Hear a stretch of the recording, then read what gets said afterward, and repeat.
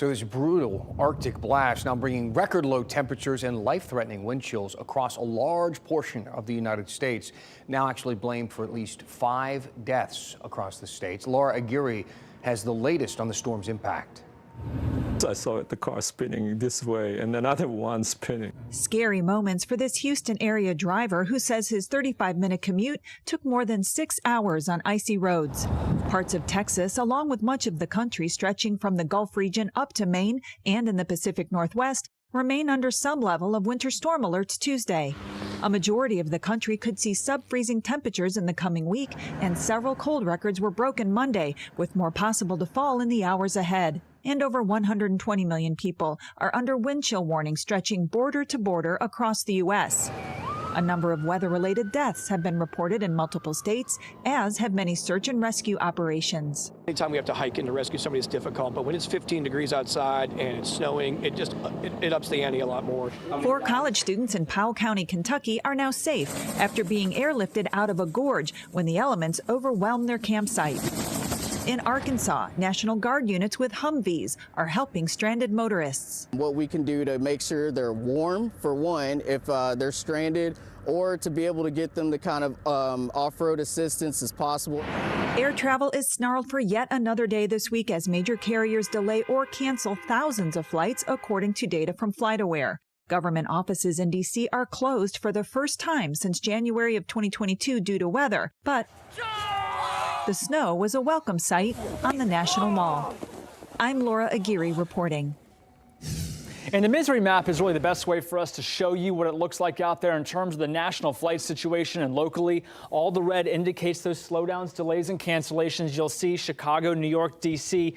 All of that winter weather is just really causing those slowdowns for the airlines between the de-icing and the visibility. It is really hard for them to get going and keep things on track. And we're seeing those residual delays here at RDU as well. 37 cancellations for the day. Not a terrible number in perspective to, or context rather, to other days we've seen. This number is fairly high. The number of delays is 100. Likely to see that continue to go up. The majority of those flights delayed are to our north, not to the west here this afternoon. Also breaking within the past 5 minutes, we do want to tell you we're seeing some school delays because of the weather expected tomorrow. Those really cold temperatures. Orange County just announcing a 3-hour delay right here. We just reported about 15 minutes ago. Vance County will be on a 2-hour delay. We'll continue to update these here in the Live Center, and we can also post them for you online where it's very easy for you to see on WRAL.com. Back to you. All right, we'll see if that list continues to grow. Thanks so much, Mark. So as that cold air moves into our area, utility companies are getting prepared. WRAL's Destiny Patterson live for us now. She's downtown in Raleigh to tell us why they're confident the grid can meet the demand when people start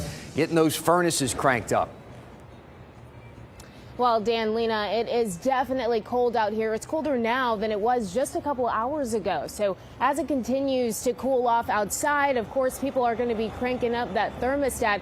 But Duke Energy here tells me that they're prepared to meet that demand. Jeff Brooks with Duke Energy says it sees the highest demand for electricity this time of year. After Winter Storm Elliott left millions without power, Brooks says the company has made several changes to improve. He says they complete maintenance at their plants ahead of the busy winter season.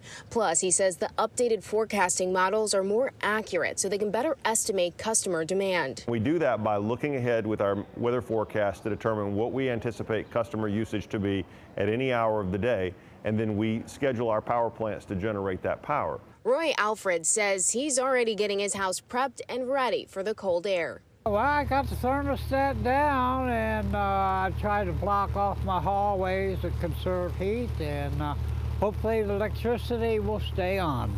It's a hope shared by many. If necessary, Brooks says they can buy more power from neighboring utilities. That backfired in 2022 when those companies had issues of their own. At this point, though, he says he's confident in the grid's ability to handle the load.